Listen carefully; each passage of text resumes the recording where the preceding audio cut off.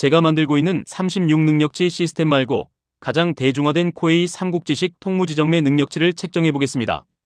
이 시스템 하에서 총합이 가장 높은 10명을 뽑을 때 수문장 역할을 하고 있는 것은 제갈량입니다.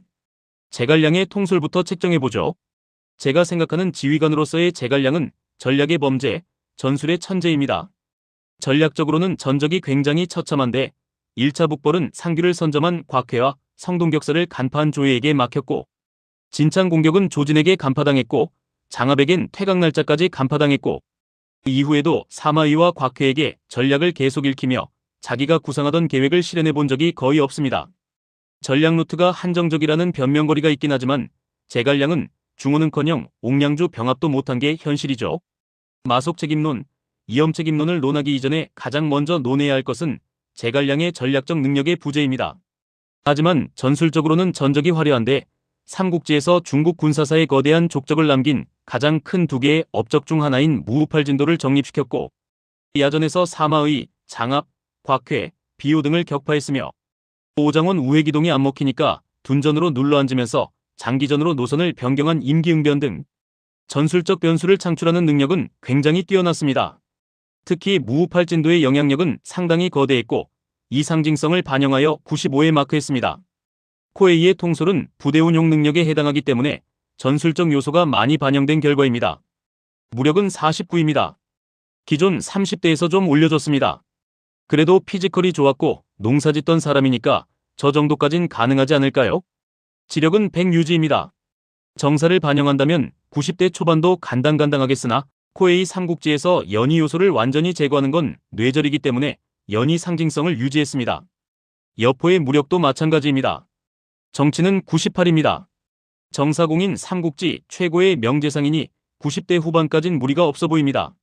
하지만 어디까지나 생산력이 풍비박산난 국가를 정상궤도로 복원시킨 것이 전부이고 위나 오처럼 중세로 진화하는 국가 시스템과 비전을 수립하진 못했기 때문에 이리자리는 남중국의 개척자 손권에게 넘겨주었습니다. 제갈량은 순욱과 함께 공동 2위입니다. 마지막으로 매력은 95입니다. 코웨이 삼국지의 매력 95 이상은 논해인 초선을 제외하면 군주급 인물들만 마크할 수 있다는 법칙이 있었는데, 이 때문에 삼국의 2인자들인 순욱, 관욱, 주유가 삼국지 14 기준 모두 매력 94였죠. 하지만 유비사후의 제갈량은 책사보단 군주에 가까우며 따라서 손권, 초선과 함께 공동 95를 마크했습니다. 이로써 제갈량은 총합 437로 전체 10위를 기록합니다. 사실 무력이 발목을 잡았죠. 무력을 제외하고 총합을 매기면 제갈량이 1위입니다. 사마이는 맹달과 공소년을 박살내고 대촉전선과 대오전선 양쪽에서 모두 활약해 조씨 친족이나 오자양장이 아닌 지휘관들 중 가장 폭발적으로 성장한 S급 명장입니다. 하지만 제갈량을 상대로 자신의 주특기였던 속공전을 써보다가 전술적 실패를 겪고 지구전으로 노선을 바꿔 전략적 성공을 거뒀습니다. 즉 전략적으로는 제갈량보다 우월하나 전술적으로는 제갈량보다 처지는 인상입니다. 물론 제갈량은 전략적 자유도가 제한적이었고 사마이는 알받기만 해도 이기는 전쟁이었다고 볼 수도 있겠지만 전략적 변수 창출이 모두 실패한 건 결과적으로 비판을 피할 수가 없죠. 승자로서 사마이의 선택과 집중을 폄하할 수는 없습니다. 다만 그럼에도 전술적 능력의 비중이 가장 큰 통솔이기 때문에 동일한 지장형 지휘관으로서는 육손보다 한 수 아래로 보입니다. 육손이 다양한 전술을 변화무쌍하게 선보이는 호나우 진유형이라면 사마이는 잘 먹히긴 하는데 둘이 비슷한 로빈형이랄까요? 사마이의 통솔은 제갈량보다 1 낮은 94입니다. 어쨌건 정면 야차에서 사마이가 처발렸으니까요. 무력은 딱히 손볼 데가 없어서 삼국지 14에 63을 유지합니다. 다음으로 지력은 99를 줬는데 사마이는 제가 생각하는 실질적인 지력 1위입니다. 지휘관일 때의 사마이는 단점이 없지는 않았지만 책사일 때의 사마이는 단점이 안 보이는 완벽한 참모였습니다. 한중을 먹고 바로 입촉하라는 전략안이 거부당하자 조조는 한중을 뺏기고 하후연을 잃었으며 조비의 양번청해를 반대하고 북형주를 진수하라는 간언이 거부당하자 그대로 손권이 빈집털이에 성공했고 조상의 촉정 반대안이 거부당하자 조상은 흥세에서 왕평과 비에게 괴멸당하며 관서전력에 막대한 누수를 발생시켰습니다. 반면 손권을 이용해 관우를 잡으라는 전략안이 채택됐을 땐 양번 전역을 그대로 종결시키고 조조 말년의 위기를 완전히 저지했죠. 물론 손권은 이미 통수 준비를 하고 있었지만 어쨌건 그의 전략적 판단은 실패한 경우를 찾기 어렵습니다. 전술적으로는 제갈량보다 못했지만 전략적으로는 제갈량보다 명백히 우위였습니다. 조비 시대에도 조예 시대에도 국익과 직결되는 온갖 헌책을 냈으며 최후에는 비교적 멀쩡한 나라를 치밀한 연기로 뒤집어 엎는 쿠데타를 성공시키며 진짜 대군사라 칭하기에 부족함이 없는 상징성 버프로 100을 마크한 제갈량을 제외하면 명백히 실질적 1인자에 해당하는 지략가입니다. 다음으로 정치를 보죠. 농지개간, 운하건설, 토목공사 등 내정적인 측면에서 활약했고 특출난 인재들을 발굴해 육성하는 등 인사 분야에서도 두각을 드러냈습니다. 특히 그가 발굴하여 자신의 키드로 키운 등해가 무슨 업적을 이루는지를 알면 사마이도 90대 중반까지 무리가 없어 보입니다. 정치는 94를 줬습니다. 다음으로 매력을 보죠. 코에이에서의 매력은 세력의 지지를 받는 능력, 부하들의 충성을 받는 능력, 카리스마를 발휘하는 능력을 모두 포괄합니다. 그래서 단순히 인기가 많다, 인품이 좋다 이런 것 이외에도 거대한 집단을 이끌면 점수가 높습니다. 장각이 98, 조조가 96을 받아간 이유가 이 때문입니다. 이에 따르면 사마시 정권 겸 서진의 비조로서 사마이도 90대는 기본으로 마크할 수 있어 보입니다. 매력은 90입니다. 이로써 사마이는 총합 440으로 전체 9위입니다. 사마이도 제갈량만큼은 아니지만 무력이 발목을 잡았습니다. 노숙은 손우의 도독이자 국방안보의 최고 책임자였던 만큼 높은 수치를 기본적으로 깔고 가지만 적벽의 주유, 형주의 여몽, 이릉의 육손과 달리 큰 군사적 업적은 없었기에 이들보단 한 수 처집니다. 다만 손우의 도독은 군주를 대신하여 전군을 통솔하는 최고 사령관이었으니 그 자체만으로도 상당한 지휘 능력은 가지고 있었다고 봅니다. 노숙의 통솔은 85 정도면 적당해 보입니다. 풍채가 매우 좋고 남성미가 넘치는 피지컬이었다고 하며 화살로 방패를 꿰뚫어 추격군들을 모두 벙찌고 도망치게 만들었다는 괴력 일화까지 있습니다. 여포의 원문사극 일화와 비견될 만합니다. 하지만 80대 이상으로 올리면 밸런스가 이상해질 듯해서 79로 타협했습니다. 다음으로 지력을 보죠. 조조에게 순욱이 있고 유비에게 제갈량이 있다면 손곤에게는 노숙이 있다는 격찬이 헛말이 아닙니다. 손우가 나아가야 할 방향성을 세팅하고 황제국 독립으로의 청사진을 구상하던 삼국지 최고의 대전략가이며 화려한 기책은 없었을지언정 대계를 구상하는 능력은 당대 으뜸이었습니다. 손곤이 칭찬한 노숙의 두 가지 업적, 한고조의 사업과 조조 역격은 노숙이 구상한 남중국 연맹 플랜의 일부였으며 조조의 북조에 대항하여 손곤이 남조의 개창자가 되는 큰 그림을 그리고 있었습니다. 다만 강남의 역량만으로는 견병이 힘든 남중국을 전체 통치하기가 힘들기 때문에 바로 남중국 통일 왕조보단 몸빵이 가능한 군벌에게 영토를 분할해주는 남중국 연방부터 스텝을 밟은 것으로 보입니다. 익양대치 때도 남군은 끝까지 요구하지 않은 것으로 보아 철저하게 유비를 몸빵용으로 쓰려 한 것이 확실하기 때문이죠. 그리고 손곤은 이 남중국 연방에서 맹주 역할을 하는 그림이었던 것으로 보여요. 이렇듯 드넓은 대계를 구상하던 대전략가였으나 딱 하나, 유비의 통수를 예상하지 못한 것이 그의 유일한 실책입니다. 지력은 94를 줬습니다. 다음으로 정치를 보죠.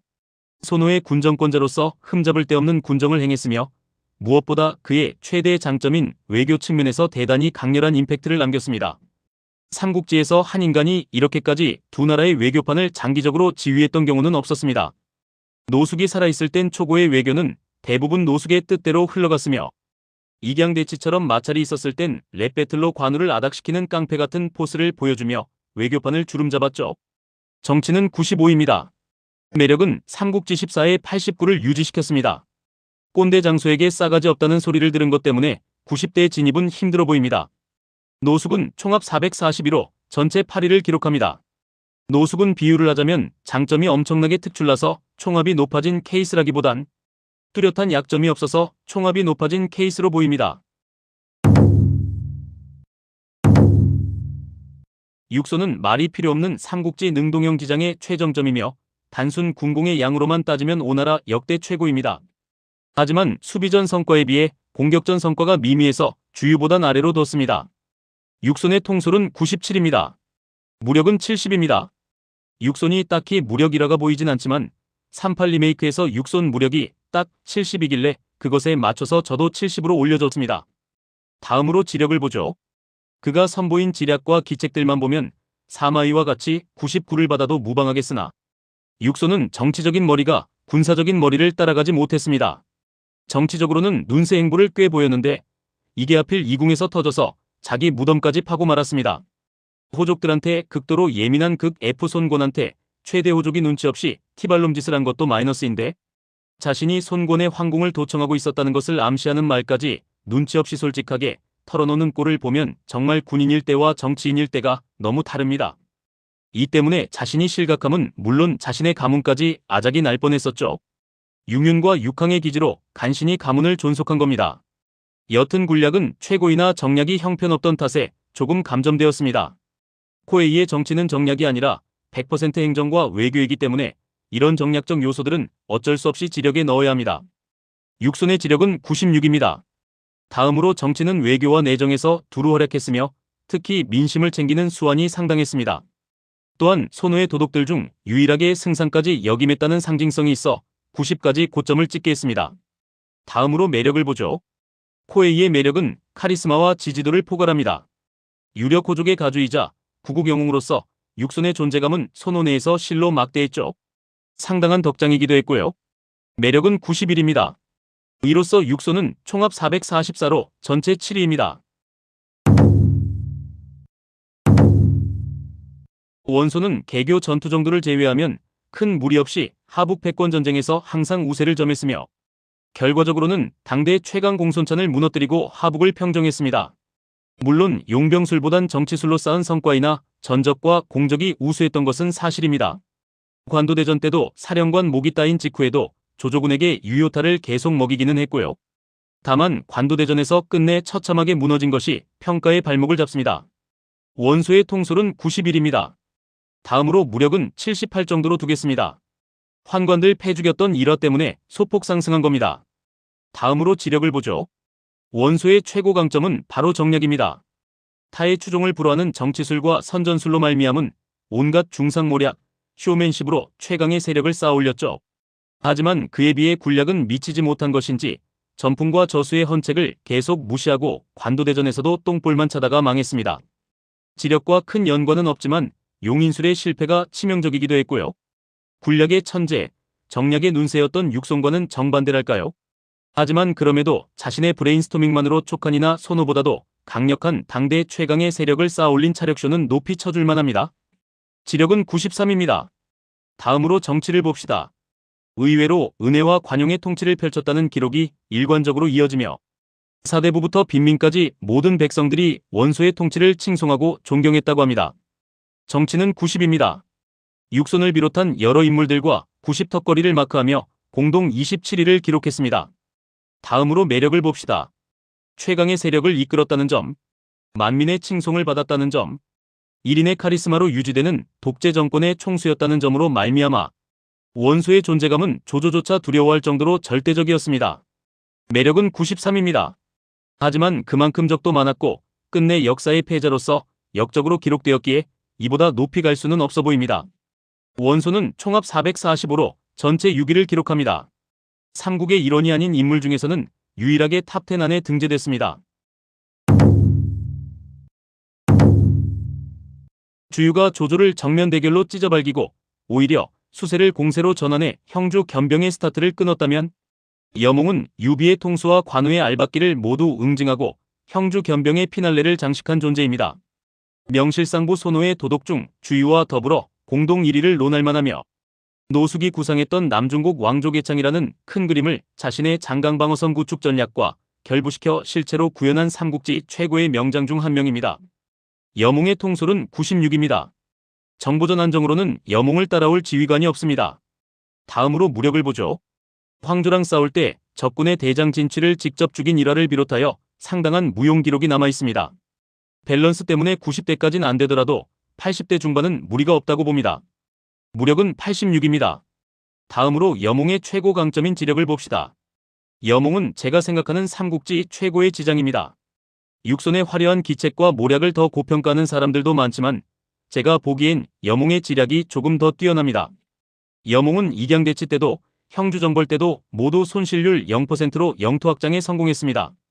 회유책, 압박책, 사항계, 교병계, 여론장악 등등 온갖 고급 기책들을 사용해서 완전한 무손실로 주 하나를 평정했는데 삼국지 전체를 통틀어도 이런 초고효율의 지략을 선보이는 장수는 찾기 어렵습니다. 육손의 화려한 기책보다 여몽의 무손실 기책이 더 고단수로 보인달까요? 또한 여몽은 형주를 점거해 장강방어선을 구축하고 손호의 독립국 건설에 지대한 공헌을 한 전략가였지만 일각에서는 위를 두고 촉을 친 것에 대해 전략적 시야가 부족했다는 억가가 존재합니다.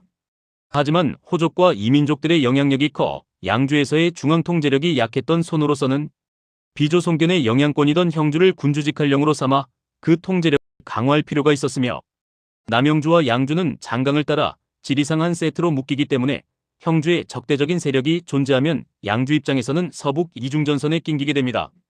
즉 손호의 형주견병은 지리상으로나 정치상으로나 필연적인 수순이었습니다. 당장 익주와 형주는 영안에서 남군까지의 거리가 500km에 육박하기 때문에 상용을 통한 수로 연계가 없으면 사실상 견병이 불가능합니다.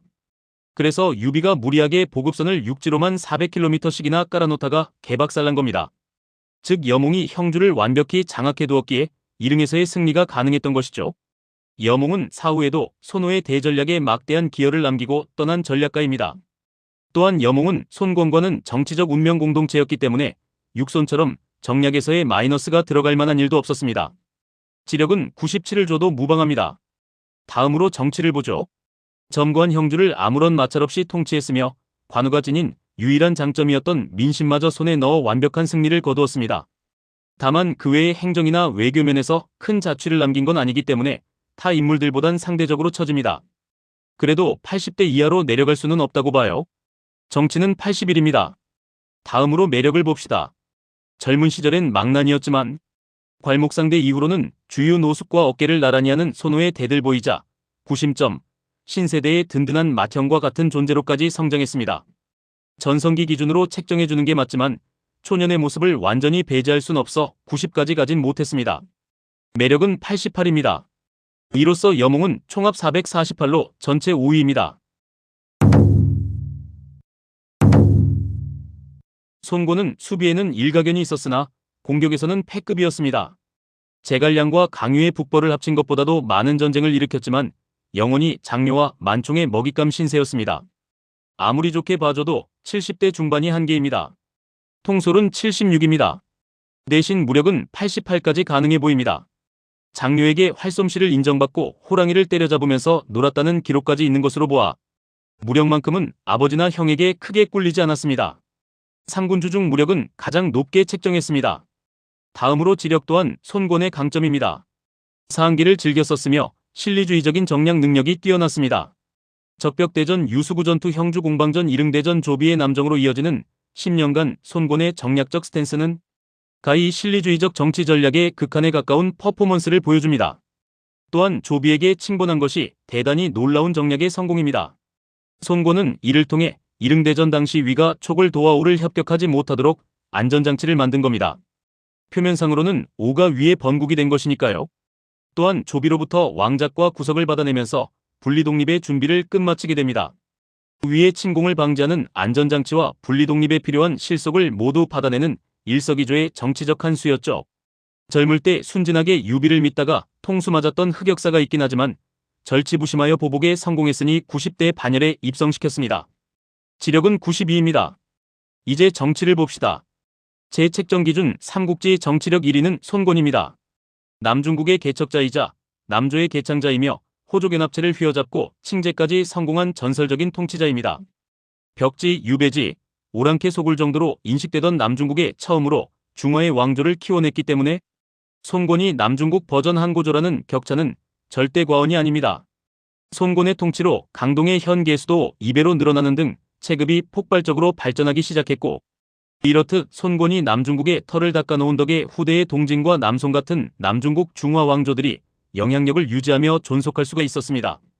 후대에는 비로소 강남이 화북에 도전장을 내밀어도 전혀 이상하지 않은 시대가 도래했으니 육조 시대의 개창자로서 손권이 이룩한 통치행정적 업적은 3군주 중 단연 최고입니다. 정치는 99입니다. 매력은 기존의 95를 유지했습니다. 제갈량, 초선, 열영기와 공동 5위입니다.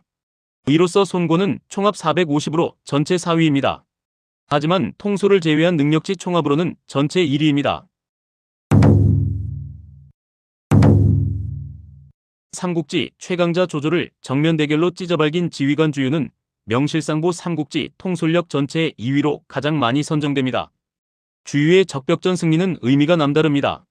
조조가 형양에서 서영에게 패했을 땐 아직 전성기가 오지 않았었고, 한중에서 유비에게 패했을 땐 전성기가 지나 있었고, 완성에서 장수에게 패했을 땐 발정이 나 있었으며, 위수에서 마초에게 패했을 때, 여양에서 원담과 원상에게 패했을 때는 방심한 상태였습니다.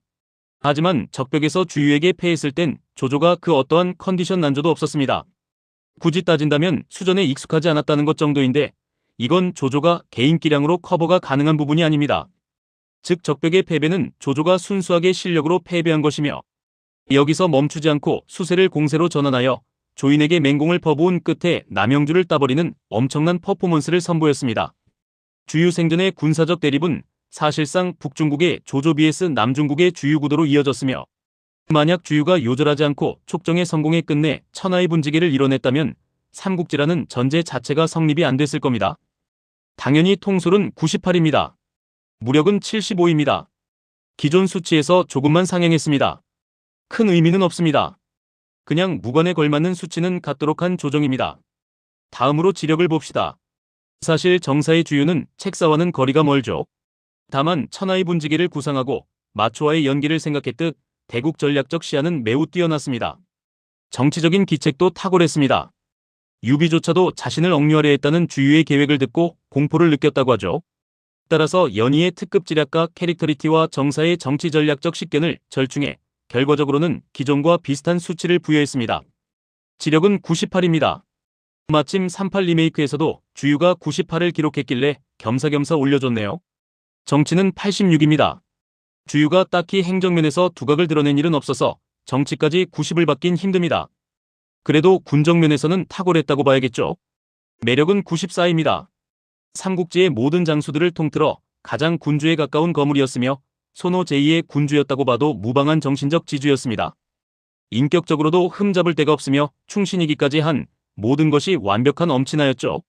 관우, 순욱, 견희와 함께 공동 10위를 마크했습니다. 주유는 총합 451로 전체 3위입니다. 손권보다 딱 1 높으며 군주가 아닌 인물 중에서는 독보적인 1위입니다.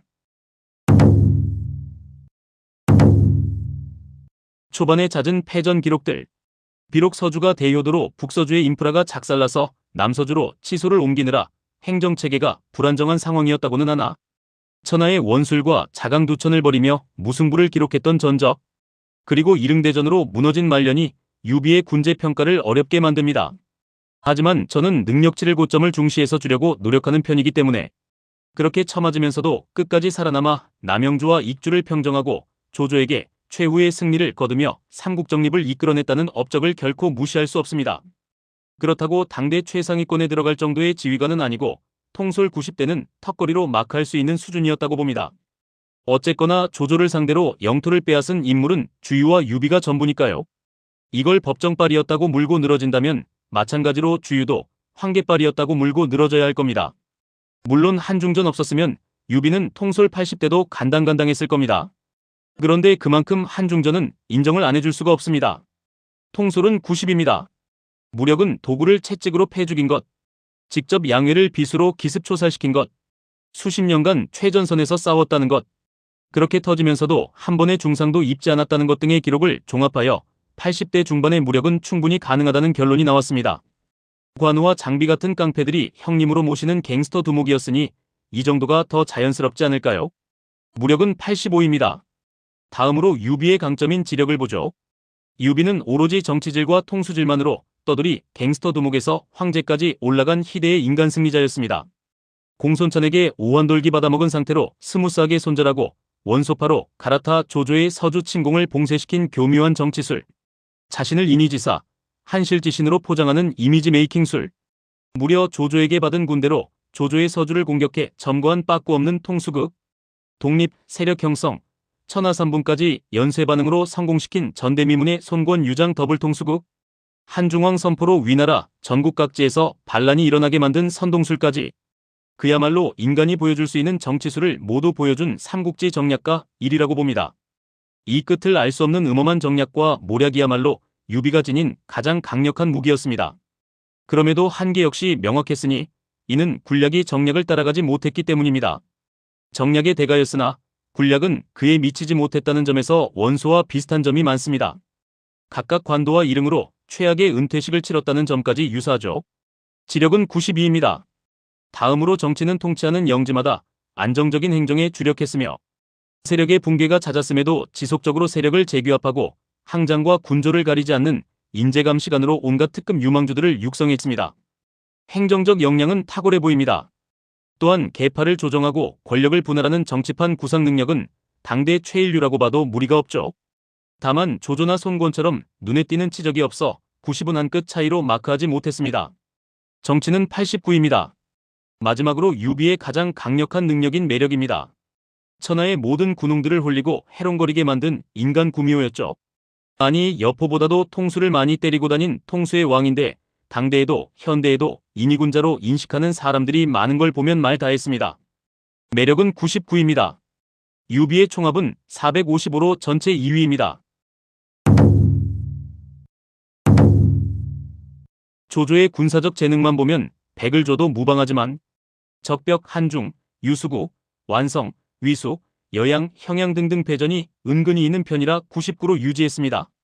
하지만 그럼에도 조조가 삼국지에서 유일하게 월드클래스 반열에 입성할 수 있는 지휘관이라고는 봅니다. 북중국 통일에 그쳤다는 것 때문에 역사 속 통일 왕조의 군주들보다 한 수 처진다고 보는 시각이 많으나 조조에게는 간과해서는 안 되는 세 가지 업적이 더 있습니다. 첫째는 오한평정입니다.